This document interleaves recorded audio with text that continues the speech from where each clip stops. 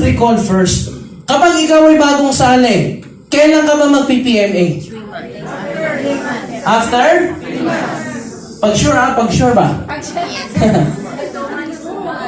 On the third month, ikaw ay mag-PPMA. Because remember, we are doing advanced maintenance or advanced PMA for that same said month. Tama po ba?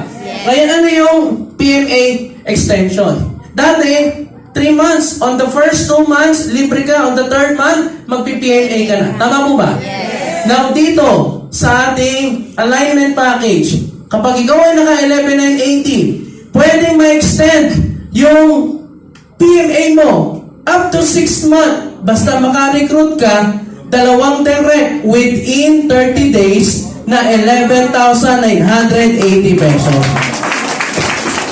Paano po yun? Eh di ito ikaw, o may downline ka, naglagay 11,980, di ba? So on the third month, dapat PMA niya na. Eh naka-recruit siya isa sa kaliwa, 11,980. Naka-recruit sa kanan, 11,980. On the third week, nagawa niya. So kailan ang PMA niya? Hindi na third month, ika 6 month na siya mag-PPMA.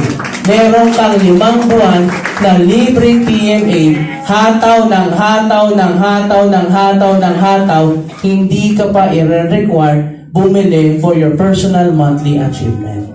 Maganda ba yun? Yes! O baka naman may mga magseselo, Sir, paano naman kaming mga naka-Neoverse? Paano naman yung naka-Neoverse? Naka-Technoverse? Naka-Digiverse? Megaverse? Maxiverse? Or yung mga may packages existing ng Orvis Victus International. Pwede rin bang ma-extend yung aming PMA? Ika 6 month? Pwede rin ba? Yes. Pwede rin ba? Yes. So Jason, pwede rin ba?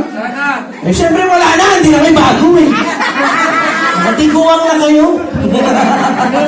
Tama po ba? Pero on the good note, lahat ng mga ito, hindi kayo ma-PPMA extension, pero